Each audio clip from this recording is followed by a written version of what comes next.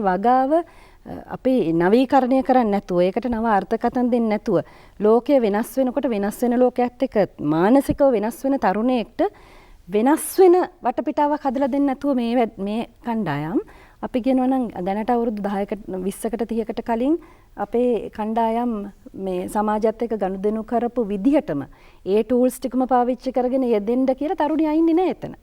ඉතින් අපේ තියෙන මං හිතන්නේ අපේ પરම්පරාවේ තියෙන කම්මැලිකම නිසා යම් ප්‍රමාණයකට අපි තරුණයාව සක්‍රීය විදිහට මේ ආර්ථිකයට දායක කරගන්න ඉඩ හදන්නේ නැහැ. සහ ආත්මාර්ථය නිසා. සහ ආත්මාර්ථය නිසා. සහ ආත්මාර්ථය නිසාත් වෙන්න පුළුවන්. ඔව් ඇත්තටම. හොඳයි. අප මිලකටම වෙන්නේ ලලිත් පිම්පෙර මහත්මයා මෙතන දැන් සාමාන්‍යයෙන් සදාචාරය සම්බන්ධයෙන් කතා බහ කරද්දී වැඩිහිටියන් බොහොම ලස්සනට තමන් පිරුවටයකින් රැසීගෙන තරුණ පරම්පරාවට දෙවන්ත චෝදනාවක් ඉදිරිපත් කරනවා. ප්‍රේමය සහ ලිංගිකත්වය සම්බන්ධයෙන් තරුණයාගේ ආකල්පය හැම විටම ප්‍රශ්නකාරී.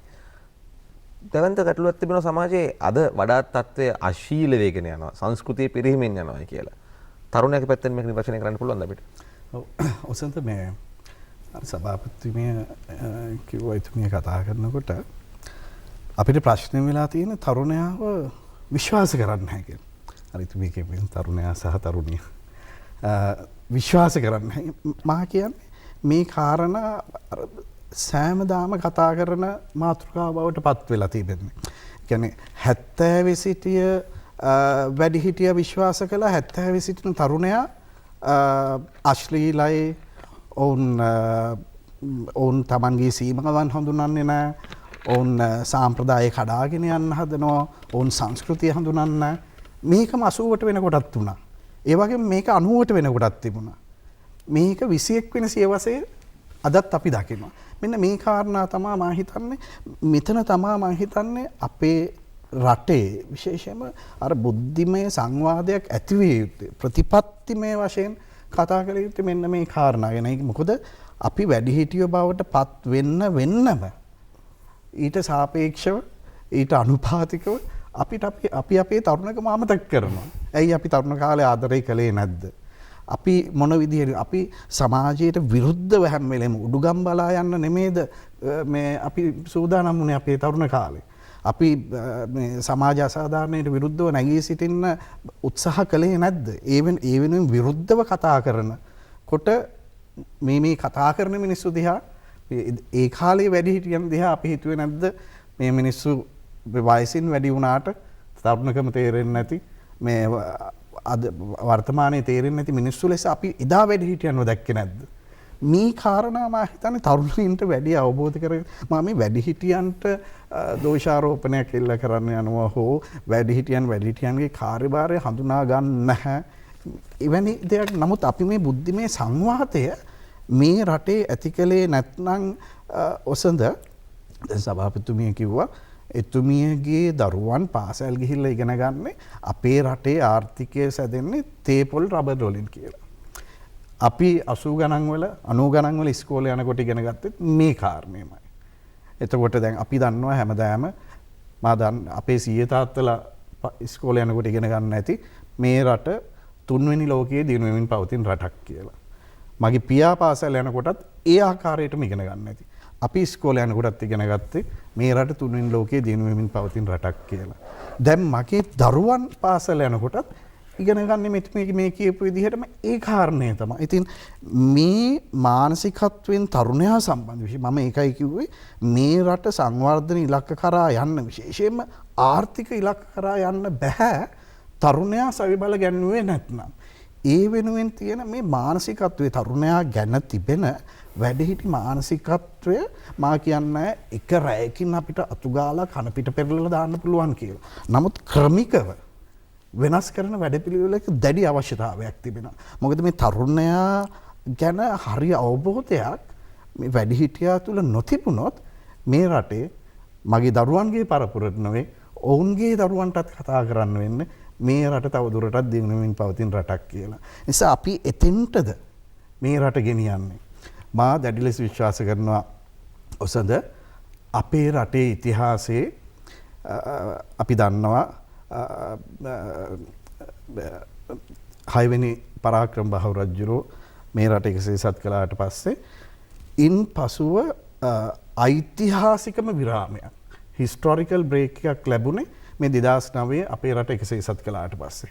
මා හිතන්නේ අවුරුදු 560ක් වැනි කාලයකට පස්සේ මෙවැනි කාලයක් අපේ රටට එන්නේ. සමහරු මේ ගැන තර්ක කරන්න පුළුවන් 1815 දී මේක වුණා, 48 දී මේක වුණා, 72 දී ජනරජයක් බවට පත් වුණා. නොයෙකුත් කාරණා කියන්න පුළුවන්. නමුත් මා විශ්වාස කරන විදිහට මෙවැනි ඓතිහාසික විරාමයක් අපිට මේ පසුගිය සතවර්ෂ 5ක 6ක කාලයකට ලැබිලා නැහැ.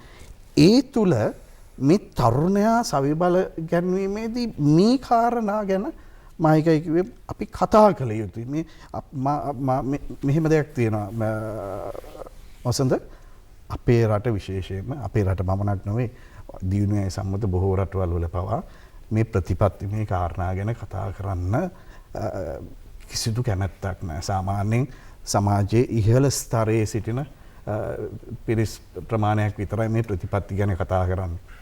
සමාජයේ මැද ස්තරයට මධ්‍ය ස්තරයට එනකොට බොහෝ දෙනා ප්‍රවෘත්තිමය වටිනාකම් තිබෙන දේවල් ගැන කතා කරනවා. අපි ගත්තොත් පුවත්පතක් ගත්තොත් මේ නිවුස් ටික තමයි කියවන්නේ. ඊට පස්සේ සමාජයේ වැඩි පිරිසක් පහළ ස්තරයේ සිටින වැඩි පිරිසක් බොහෝ වෙලාවට ඕපදූප ගැන තමයි කතා කරන්නේ, වෙන දේවල් කතා කරන්නේ. රටක් දියුණු කරන්නේ කොහොමද, තරුණයා සම්බන්ධ ප්‍රශ්න වුණා මේ දේවල් කතා කරන්නේ. දැන් මේ වැඩසටහන ගත්තත් අපි දන්නවා ඔබේ රූපවාහිනියේම ටෙලි නාට්‍ය බලන ප්‍රමාණයට සාපේක්ෂව කොතරම් ප්‍රමාණයක්ද එවැනි වැඩසටහනක් බලන්නේ කියලා. හැබැයි මේක ලංකාවට පමණක් පොදු දෙයක් නෙවෙයි. නමුත් මා කියන්නේ විශේෂයෙන්ම තරුණයා සම්බන්ධ කාරණේදී මීට වැඩිය මේ කතිකාවත දීර්ඝව ගෙන යා යුතුයි. නැත්නම් මේ රටට අනාගතයේදී මා හිතන්නේ අපේ අද මේ සංවාද මණ්ඩපයේ සිටින දෙපළ මා හිතන මගේ වයස්වල සිටින ඉතින් මා හිතනවා අපිට යම්කිසි දෙයක් දැක බලා ගැනීමට පුළුවන්කමක් තියෙයි කියලා. ඉතින් මේ සංවාදය තවදුරටත් ඉදිරියට යන බුද්ධිමය සංවාදයක් විදිහට කළ යුතුයි කියලා මා දැඩි ලෙස විශ්වාස කරනවා. හොඳයි, අපට අමුතුවක් ලැබෙනවා කොට්ටාවෙන් තිලිනි අපව අමතනවා. අයබෝන්. හෙලෝ, මම තිලිනි කතා කරන්නේ කොට්ටාවෙන්. ඔව්. ඇත්තටම කිව්වොත් මම විශ්වවිද්‍යාල තරුණියක්. මම මේ හම්බෙන් වගේ වැඩසටහන දාපු වෙලාවේ දැක්කේ ඇත්තටම ගොඩක් හොඳ මාතෘකාවක් යටතේ කතා කරනවා. ගොඩක් කාලීන මාතෘකාවක්. ඒ කියන්නේ ඇත්තටම කිව්වොත් අද සමාජයේ ගොඩක් වෙලාවට තරුණ තරුණියන්ව අන්දන නිකන් රූකඩ බවට පත් කරලා ඕන කරන හැමදේම විවේචනයට ලක් කරන ජනමාධ්‍යයක් තියෙන මේ කාලයක මේ රූපවාහිනී සංස්ථා මගින් මේ කරන ඉරාන්තර වැඩසටහන ඉතාමත් හරවත් සහ ගුණවත් වැඩසටහනක් විදිහට තමයි මම දකින්නේ. මොකද මේ අද මේ වගේ තරුණයන්ට ලොකු අවස්ථාවක් ලබා දී යුතු වෙනවා. ඒ කියන්නේ මේ වගේ දේවල් අද විතරක් නෙමෙයි. මේක ප්‍රතිපත්තියක් විදිහට දිගින් දිගටම අද මේ වගේ වැඩසටහනක් කරලා එතනින් ඉවර කරනව නෙවෙයි. මේක දීර්ඝකාලීනව පවත්වාගෙන යන්න ඕනේ. මේ තරුණ තරුණියන්ට මේ වගේ තේරුම් ගත්ත වැඩිහිටියෝ මේක අපේ වයසේ විතරක් නෙමෙයි වැඩිහිටියන් පවා නැරඹිය යුතු වැඩසටහනක් විදිහට මම දකින්නේ. මොකද ගොඩාක්ම හොඳ මේ සංවාදයට එකතු වෙලා තියෙන ඉතා විශිෂ්ට පැනල් එකක් එකතු වෙලා තියෙනවා කියලා පේනවා. ගොඩක් හොඳ මාතෘකාවක් එක මේ දෙන කරුණු ඇත්තටම ගොඩක් වැදගත්. මේ බලන් ඉන්න ඕන කෙනෙක්ට තේරෙනවා. ඒ කියන්නේ ඇත්ත දැන් අද සමාජයේ වැඩිහිටියෝ ගොඩක් වෙලාවට Taman තරුණය කියලා හිටියා කියලා මේ මතක කිසිම මතකයක්වත් නැති විදිහට තමයි හැසිරෙන්නේ. ඉතින් ඇත්තටම ගොඩක් සතුටුයි මේ වගේ දෙයක් රූපවාහිනී වැඩසටහනකින් දකින්න ලැබිච්ච එක ගැන. හොඳයි, තිලිනි බොහොම ස්තුතියි ඔබේ අදහසට. පැහැදිලි ඔබේ අදහස. දැන් අපේ මතවාදත් එක්ක ඔබ එකඟයි කියලාත් පැහැදිලි වගේම ඔබේ බලාපොරොත්තුවත් පැහැදිලි. මේ සංවාදය මේ සංවාදය කියලා දවස් කරන්නේ මේ පොදුවේ මතුවෙන තර්ක විතර්ක මේ සියල්ල පොදුවේ සමාජගත වෙන කියන කාරණය ඔබ මතු කරන්නේ. ඔව්, ඒ බුද්ධිමත් සංවාදයට ඔබේ ප්‍රවේශත් බොහොම වැදගත් අපේ සංවාදයට.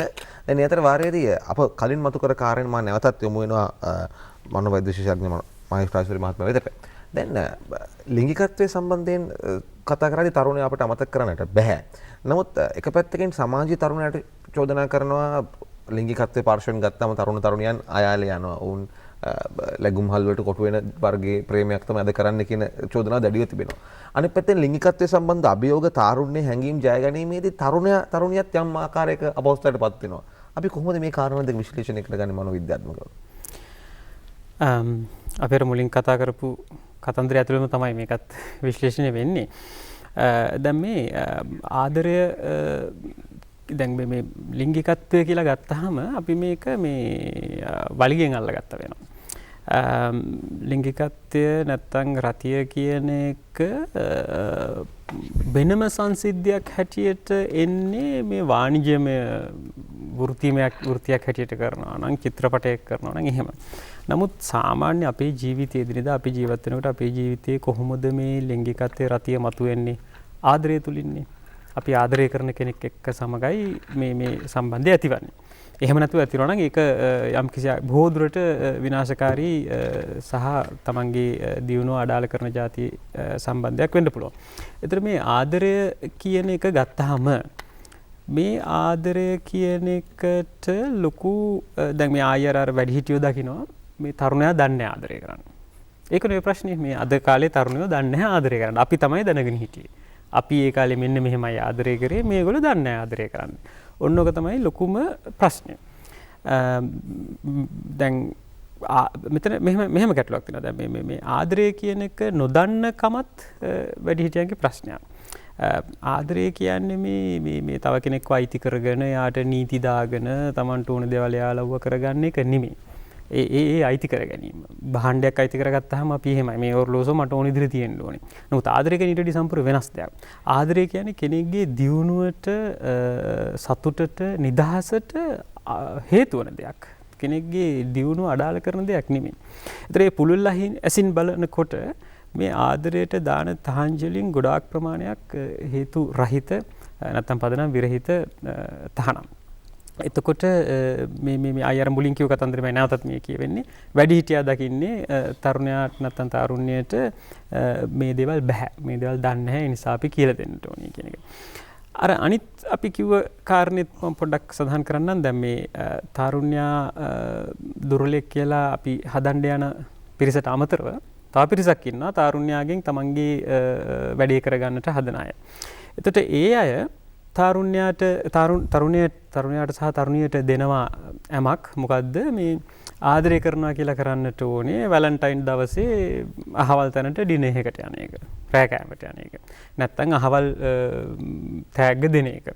නැත්තම් අහවල් කාඩ් එක දාන එක. අහවල් දේ කරන එක. ඔන්න ඔහොම කියලා තරුණයාව සහ තරුණියව අන්දනවා කියලා අපි කියන්නේ සාමාන්‍ය වචනේ.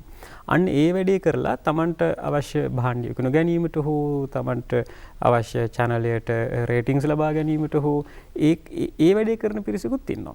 එතකොට මෙතන හරිම අපහසුයි. දැන් තරුණයා තරුණියටත් ලොකු අභියෝගයක් තියෙනවා. දැන් බලන්නට ඕනේ මේ මාව තේරුම් ගන්නට බැරි Tamanගේ තරුණ විය අමතක කරපු වැඩිහිටියෙක් මුග්ධ ලෙස ග්‍රාම්‍ය ලෙස මාව පාලනය කරන්න යනවාද? නැතිනම් මම මාව බිලිබා ගන්න හදන කෙනෙකුට අහුවෙලා තේරුමක් නැති අප්‍රයෝජනකාරී දෙයක් කරන්නට යනවාද කියන එක. ඉතින් ඒක ලොකු අභියෝගයක්. මොකද මේ දෙගොල්ලම දෙපැත්තම ඉඳන් තරණයව පෙළනවා සහ විනාශයටපත් කිරීමට උත්සාහ කරනවා.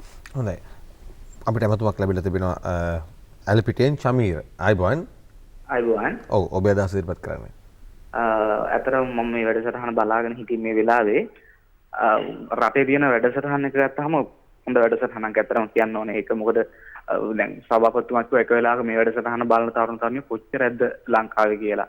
ඇතරම තරුණ තරුණියෝ මේ යම් ප්‍රමාණයක් බලනවා මම කියන්නේ මේ වැඩසටහන. ඒකට රූපවාහිනියේ ඒක නියමාකාරයෙන් නියම විදියට මෙහෙවනවා කියලාත් මට විශ්වාසයි. ගොඩක් විශ්වාසයි. එතකොට රටේ තියෙනවා නොයෙකුත් තරුණ අන්දන ක්‍රම. ඒ ගැන තමයි ගොඩක් රූපවාහිනිය නැත්නම් කියන්නේ මේ මීඩියා කියන එක ගොඩක් කරන්නේ ඒක තමයි.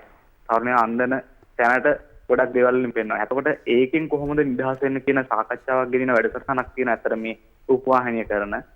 එතකොට මට ප්‍රශ්නය යොමු කරන්න තියෙන්නේ සභාපතිතුමාට ගරු සභාපතිතුමනි තරුණ සේවා සභාවේ ඔබතුමාට අදහසක් තියෙනවද? යම් නාලිකාවක් තියෙනවා රටේ වගේ කියන නාලිකාවක් තියෙනවා තරුණ තරුණයන්ගේ ජීවිත වෙනස් කරන්න පුළුවන්. තරුණ සේවා සභාව විදියට ඔබතුමාට යම් අදහසක් තියෙනවද මේවැනි ප්‍රෝඩාකාරී නොයෙකුත් ආයතන හෝ මොනවා හරි දේවල් වලින් රටේ තරුණයව බේරගන්න රූපවාහිනියත් එක්ක හෝ මොන ආයතනයක් එක්ක හෝ එකතු වෙලා ඒක වෙනුවෙන් වැඩක් කරන්න ඔබතුමාට යම් අදහසක් තියෙනවා නම් අන්න ඒ ගැනත් බලාපොරොත්තු වෙනවා. එහෙම දෙයක් කරන්න ශක්තිය ලැබෙන්න සහ රූපවාහිනී වැඩසටහන කරගෙන යන සියලු දෙනාට ශක්තිය ලැබෙන්න කියලා ප්‍රාර්ථනා කරමි. බොහොම ස්තුතියි. මම හිතන්නේ ඔහු මතු කරපු කාරණේ බවට පත් උනේ ඔබේ කිසියම් අදහසක් තිබුණාද ප්‍රතිපත්තියක් සකසමින් කිසියම් මාධ්‍යයක් හරහා මේවා ඉදිරිපත් කරන්න කියන කාරණේ. චමීර LPT ඉඳන් නගපු අදහස ගැන මම පසුගිය දවස්වල මම ප්‍රසිද්ධිය පුවත්පතකටත් ප්‍රකාශයක් කළා. මම හිතන්නේ නැහැ කාගේවත් හිත රිදෙයි කියලා. නමුත් මම මේ ප්‍රකාශ කළ යුතුයි. ඔසන්ත අපි දන්නවා මේ රටේ ඉතිහාසයේ පළවෙනි වතාවට අපේ රටේ මේ වෙනකොට ජාතික තරුණ ප්‍රතිපත්තියක් නිර්මාණය වෙනවා. හැබැයි මේ රටේ අවාසනාවට ඔසඳ අපේ මේ ජනමාධ්‍ය බොහෝ දෙනෙක් මේ තරුණ ප්‍රතිපත්තිය ගැන දැන් තරුණ ප්‍රතිපත්තියේ කෙටුම්පතත් පිට වෙලා තිබෙන්නේ. කියන්නේ මේ රට ගත්තාම අර මම පුලින් ප්‍රකාශ කර විදිහටම අවිවාදිතයිනේ මේ තරුණයා නිසා නොයෙකුත් ප්‍රශ්න පැන නැගුණා කියන මා හිතන්නේ ඇස්කන් ආසා තියෙන දේශපාලනය ගැන සවිඥානික මේ රටේ මේ මහ පොළොවේ පය ගහලා සිටින මිනිස්සු මේ මා සම්බන්ධයෙන් මේ ගැන විරුද්ධ වෙන එකක් නෑනේ. හැබැයි අපේ ජනමාධ්‍ය මේ රටේ හරි පිට රටවල මේ 4 වෙනි ආණ්ඩුව අපි ජනමාධ්‍ය ගැන කතා කරන්න එහෙමනේ. මොන තැනද මේ ජාතික තරුණ ප්‍රතිපත්තියට ලබා දුන්නේ? මම ඒකයි කිව්වේ සමහර වෙලාවට සමහරුන්ට මේක හිතරේ. මොකද මේ රටේ අනාගතය තීරණය කරන ප්‍රබල ලියවිල්ලක් වෙනවා දවසක ජාතික තරුණ ප්‍රතිපත්තිය. මා කියන්නේ මේ වෙලාවේ මේ ජාතික තරුණ ප්‍රතිපත්තිය ගැන කතා කළ යුත්තේ මේ ආණ්ඩුව බලයට ඇවිල්ලා මේ ගැන අපේ රටේ ඉතිහාසයේ පළවෙනි වතාවට ජාතික තරුණ ප්‍රතිපත්තියක් ගේන්න නිසා නොවේ. මම කියන්නේ ඊට ඔබට ගිහිල්ලා මේ කාරණා දිහා බලන්න ඕනේ. අපේ රටේ මේ ගෙනන පළවෙනි ජාතික තරුණ ප්‍රතිපත්තිය අපේ යෞවන කටයුතු හා නිපුණතා අමාත්‍යාංශයේ ලියවිල්ලක් නොවේ. එහෙම නැත්නම් වර්තමානයේ රට කරවන ආණ්ඩුව එක්සත් ජනතා නිදහස් සන්ධානය නිසා මේ සන්ධානයේ ජාතික තරුණ ප්‍රතිපත්තියක් නොවේ ඔසඳ. එහෙම නැත්නම් මේ තරුණ සේවා සභාවේ තරුණ ප්‍රතිපත්තියක් නොවේ. එහෙම නැත්නම් මං සභාපති නිසා මගේ තරුණ ප්‍රතිපත්තියක් නොවේ. මේක අපේ රටේ තරුණයාගේ ජාතික ප්‍රතිපත්තියයි. ඉතින් අපි සමහර වෙලාවට ඉල්ලා සිටියා මේක කළුයි සුදුයි වැරදි අපේ රටේ තරුණ ප්‍රතිපත්තියක් අවශ්‍ය නැහැ. අඩුතරම එහෙම කතා කරන්නේ. නමුත් මේ රටේ අවාසනාව. අන්න ඒකයි මම මුලින් කිව්වේ මේ ප්‍රතිපත්ති ගැන කතා කරන්න මිනිස්සු කොච්චර විවේචන කළත් පුදුම බයක් තියෙන්නේ. පුදුම බයක් තියෙන මේක තමයි ඇත්ත තත්ත්වය. අපි මොන තරම් අපි දන්නවා සමාජය ගැන වර්තමාන ක්‍රමය ගැන මම කියන තරුණයෝ නෙමෙයි මේ වැඩිහිටියෝ බොහෝ දෙනෙක් කතා කරනවා විරුද්ධව මත ප්‍රකාශ කරනවා. නමුත් සාධනීය යමක් එනකොට අඩුතරම ඒ සම්බන්ධ ධනාත්මක විවේචනයක් කරන්න ඒ සම්බන්ධ කොන්ස්ට්‍රක්ටිව් ක්‍රිටිසිසම් එකකට යන්න කවුරුත් ඉස්සරහට එන්නේ නැහැ. ඔබ ජනතාවගේ පැත්තකින් ප්‍රතිතර්කයක් තියෙනවා. ඒ කියන්නේ දැන් ඔබ මේ තනතුර නිවත් වුණාම යම් දිනයක එහෙම නැත්නම් අමුතුමා මාරු වුණාම එහෙම නැත්නම් ආණ්ඩුව යම් දිනයක මාරු වුණොත් ඒ වගේ තත්ත්වයක් යටතේ මේ ප්‍රතිපත්තිය ආපහු යට යනවා කියන තර්කය සමාජ යොමු කරනවා. ඔව් ඒක තමයි මේ ඔසඳ මා පැහැදිලිව කිව්වේ අපි මේ කාරණා දිහා මේ පටු ಜಾති ආගම් පක්ෂ කුල පන්ති මේ ભેදවලින් ඔබට ගිහිල්ලා හිතන්න පුළුවන් ඔළුවක් අපිම නිර්මාණය කරගත්තා. මොකද මේ ප්‍රතිපත්තියක් නිර්මාණ මායක අපි මේ මට මතක් වෙනවා මේ ප්‍රතිපත්තිය නිර්මාණය කිරීමේදී අපේ ඇමතුමන් දලසලහප්පර ඇමතුමන් ප්‍රකාශ කළා මේ රටේ කවදාවත් ජාතික තරුණ ප්‍රතිපත්තියක් නොතිබි නිසා අපි ඉතිහාසයේ මේ රට ආණ්ඩු කළ නිල් රතු කොළ කහ මේ කිසිදු ආණ්ඩුවකට ඇඟිල්ල දික් කරන්න. එහෙම නැත්නම් දැන් මේ ආණ්ඩුවක් තිබ්බනේ දැන් අවුරුදු ගාණක් කිසිදු කෙනෙකුට ඇඟිල්ල දික් කරන න්‍යායයකට නම් එයා යුතු නැහැ කියලා. මොකද ඊටාම සත්භාවයෙන් තමයි මේ කාරණා නිර්මාණය වෙන්නේ. ඒ සම්බන්ධ ඊටාම දැඩි විනිවිද දකින ප්‍රතිපත්තියක ඉඳලා. මොකද මේ ඔසන්ත මේ කලාපය ගත්තා. මේ ඇෆ්ගනිස්තානයේ ඉඳන් පල්ලෙහාට මාලදිවයින දක්වා මෙතරම් තරුණයා සම්බන්ධ අර මුලින් මෙතුමිය ප්‍රකාශ කරන ගැටලු තිබුණු රටක් විදිහට මේ කලාපයේම ජාතික තරුණ ප්‍රතිපත්තියක් නොමැති එකම රට අපි. ඉතින් මේ ගැන අපි දුක් වෙනවා, පසුතැවිලි වෙනවා හැරෙන්න අපි මේ මොනාද කළේ? ඉතින් මේ මා ඒකයි අර චමීරගේ ප්‍රශ්නෙට උත්තරයක් දෙනවා නම් මා කියන්නේ අපි සියලුම දෙනාට මේ වගකීම තිබෙනවා. විශේෂයෙන්ම තරුණයින්ට. මා කියන්නේ ඒකයි තරුණයින්ට චමීර මේ වගකීම් වලින් මිදෙන්නට පුළුවන්කමක් නැහැ. මා අර මුලින් ප්‍රකාශ කර විදිහටම අවුරුදු 560කට පස්සේ නම් මේ රට නිදහස් වුණේ මේ කාලයේදී මේ රට සංවර්ධනය කිරීමේ වගකීම තියෙන වැඩිහිටියන්ට නොවේ. මේ වගකීම තියෙන තරුණයාට.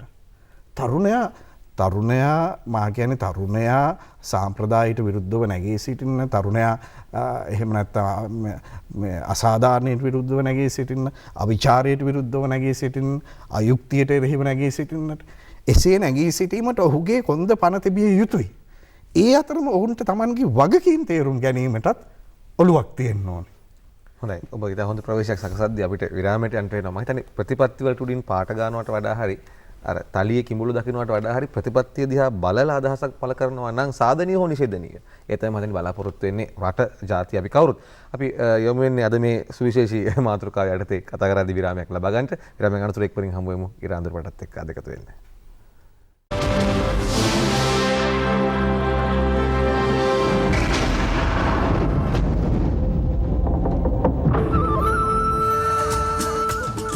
අද ඉරාන්දුරු පටේ සාකච්ඡා මණ්ඩලයේ තරමක් උණුසුම් තර්ක විතර්ක අතරවාරේ දුරකථන මුදුත් ලැබෙනවා. මොරටුවෙන් චම්ලි මහත්මයා අපව අමතනවා. ආයිබෝන්. ආයිබෝන්. ඔව් ඔබේ අදහස ඉදිරිපත් කරන්න. මම චම්ලි සුල්ලා මොරටුවෙන් කතා කරන්නේ. ඔව්. මං වැඩිහිටියෙක් විදිහටයි කතා කරන්නේ.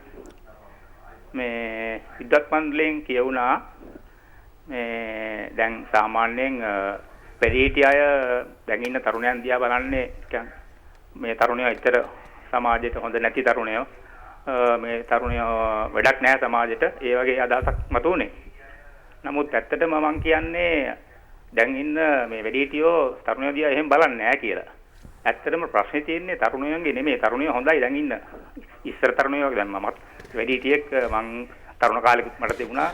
අපි තරුණ කාලේ හිටිච්ච තරුණයෝ තමයි දැනුත් ඉන්නේ. වෙලා තියෙන්නේ දැන් තරුණයෝ විනාශ කරන බලවේග මට පේන්නේ ගොඩක් තියෙනවා.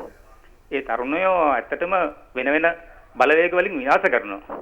දැන් බලන්න හුඟක් මම පෞද්ගලික මාධ්‍ය වගේ ගත්තොත් එහෙම ඒ වයින් කොච්චර මේ අනවශ්‍ය ජරා ඒවා වෙන්නවද මේ ඔය තරුණයෝ තමයි ඇත්තට දැන් ටීවී හුඟක් බලන්නේ. ඉතින් ඒ වගේ සමහර පත්තර තියෙනවා මේ වගේ කිසිම වැඩක් නැති මේ දේවල් තියෙනවා. තව හොඳයි.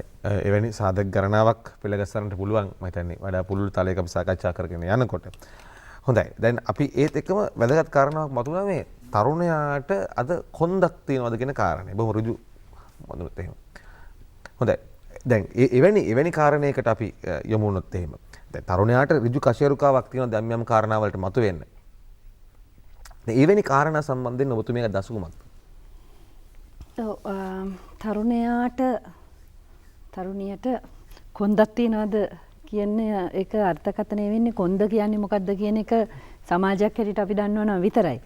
කොන්ද කියන්නේ අර මේ ජීවත් වෙනවට වැඩිය මැරෙන එක හොඳයි කියන වර්ගයේ කොන්දක් නම් මං හිතන්නේ ඒක මේ තමන්ගේ මේ අර ජීවිතේ නිසි ප්‍රයෝජනයක් ගන්නේ නැති වර්ගයකට නිකන් බොළඳ මේ කොන්දක් හැටියට අපිට හිතන්න පුළුවන්. නමුත් කොන්දක් තියෙන තරුණියෝ හදනවා කියන තැන තුල තියෙන්නේ මං හිතන්නේ අපි හිතන්න ඕනේ දේ තමයි අපි නිවැරදි අර්ථකථනයක් දෙන්න ඕනේ මොකද්ද මේ කොන්දක් ඇති තරුණයෙක්ගෙන් අපි බලාපොරොත්තු වෙන්නේ කියන එක. දැන් අපි මම වෙන රටවල් වල අධ්‍යයනය කිරීම සඳහා ජීවත් වෙන අවස්ථාවල හරි මම තරුණ කාලයේදී මට අවුරුද්දක විතර අවස්ථාවක් හම්බුණා මේ පාසල් යන අවදියේදී විදේශ රටක මේ ජීවත් වෙන්න.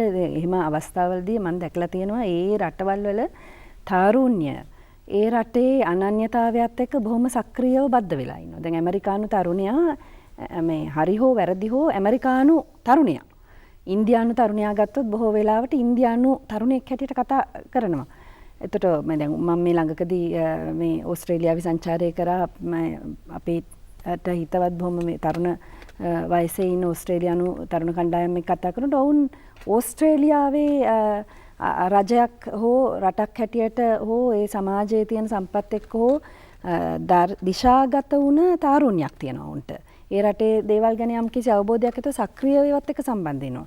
නමුත් අපේ රටේ තරුණයාට එහෙම මේ ශ්‍රී ලාංකීය තරුණයෙක් සහ තරුණියක් හැටියට කොන්දක් තියනවාද කියන ගැටලුව තමයි නැවත වතාවක් තියෙන්නේ. දැන් අර කතා කරපු මෙතිතුමා කීවෙත් මෙතුමා මේ කතා කරන මේ ප්‍රතිපත්ති සාධනවල අපි යෙදෙන්නේ නැහැ, ඒකත් එක්ක එළඹෙන්නේ නැහැ, ඒක අධ්‍යයන කරන්නේ කියන එක ඇතුලේ තියෙන්නේ අපි මම මුලින්ම මේ සාකච්ඡාවට එළඹුණෙත් ඒක කියනකොටත් කිව්වේ තරුණ ප්‍රශ්නය තරුණයාට හෝ තරුණිය නිසි විදිහට හැසිරෙනවද වගකීම් සහිතව පුද්ගලෙක් හැටියට සමාජගත වෙලා සිටිනවද නෙටිසන් හැටියට හෝ සිටිසන් හැටියට හෝ ඔහු ඇය තමන්ව සහ තමන් සිටින පරාසතා තමන්ගේ භූමිකාව නිවැරදිව හඳුනාගෙන තියනවාද කියන දේ අපි කතා කරනකොට තියෙන මට තියෙන ගැටලුව තමයි සමාජයක් හැටියට අපේ ශ්‍රී ලාංකීය සමාජය අස්ථානගත කරලා තියෙනවා කියන එක. එතකොට මම නැවත කැමති මෙතනත් මේ સંદર્ભය එක්ක කතා කරන්න. මොකද මේ අස්ථානගත කිරීම කෙරෙන්නේ එක පැත්තකින් ගෝලීය ආර්ථිකයත් එක්ක. අනිත් පැත්තෙන් ඒ ගෝලීය ආර්ථිකය විසින් පෝෂණය කරන ගෝලීය මාධ්‍යත් එක්ක. එතකොට අපි ඉදිරිපත් කරනවා උඹලා කනවා නම් කා යුතු මෙන්න මේ විදිහටයි. උඹලා පරිහරණය කරනවා නම් පරිහරණය කරතු ටූල්ස් මෙන්න මේවයි. උඹලා හැසිරෙනවා නම් ඇඳ පැළඳිය යුතු විදිය මෙන්න මේමයි. එතකොට මේ විදිහට ඇඳ පැළඳගෙන මේ විදිහට අපි මේ ග්ලෝබලයිස් මේ තරුණේ බවට පත් වෙලා කරන්නේ මොකක්ද අපි? එතකොට වැඩිහිටියෝ හැටියට උනත් අපි දැන් අපි හුඟක් වෙලාට කතා කරනකොට දරුවෝ හදනකොට අපිත් එක්ක ඉන්න මේ සහෝදර සහෝදරියන් හා ඊට බාල පරම්පරාව ගැන කතා කරනකොට කියන්නේ දැන් අපි දන්න යුගය නෙවෙයි අපිට වැඩිය වෙනස් ටෙක්නොලොජිකලි වැඩියෙන් දියුණු වුණ යුගයක තියෙන්නේ අපිට මේගොල්ලන්ට මඟ පෙන්වන්න බෑ ඒගොල්ලන්ගේ ලෝකේ ඒගොල්ලන් තමයි යන්නේ කියලා. ඒක හරිය අලුතෙන් තාක්ෂණය දියුණු වෙනවා අලුත් දේවල් නිර්මාණය වෙනවා ලෝකේ.